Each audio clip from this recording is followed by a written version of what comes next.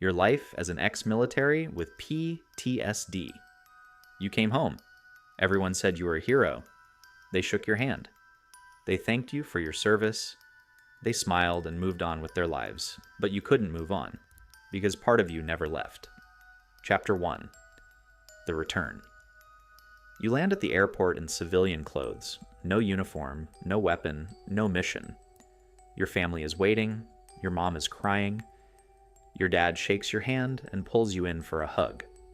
Your little sister won't let go. You smile. You tell them you're fine. You're not fine. Something feels wrong. The airport is too loud, too crowded.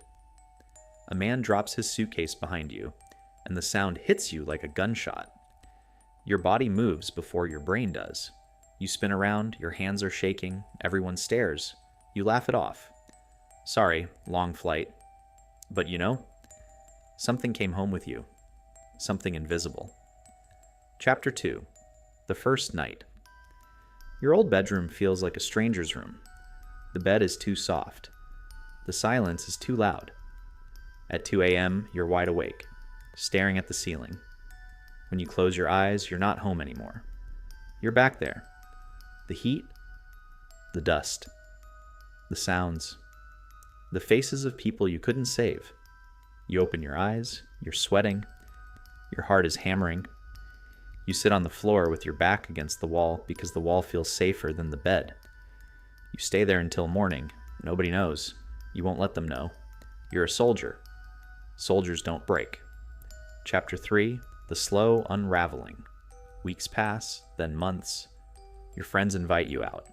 You go once. A bar. Loud music. Drunk strangers bumping into you. You last 20 minutes before you're outside in the parking lot, back against the wall, just trying to breathe. Your girlfriend tries to talk to you. You shut down. You don't have the words. How do you explain what you saw to someone who has never seen it? You can't. So you say nothing. The distance grows. She stops asking. You stop trying.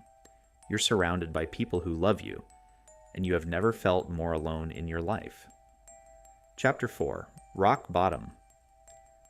One morning you don't get out of bed, not because you're tired, because you can't find a single reason to. The medals are in a drawer, the uniform is in a box in the closet. The person you were before you left feels like someone you read about in a book. You think about the guys who didn't come home. You think about why you did. You're not grateful, you're guilty. This is what nobody tells you about war. The enemy doesn't stop when you leave the battlefield. Sometimes it follows you home, sets up camp inside your head, and fights you every single day. You were trained to survive everything out there. Nobody trained you to survive coming home. But here's what they don't show you in the movies. Some people ask for help. Some people find their way back, slowly, painfully, one brutal day at a time. It's not a clean ending. It's not a hero's welcome. It's just survival, a different kind of mission, and the hardest one you've ever had.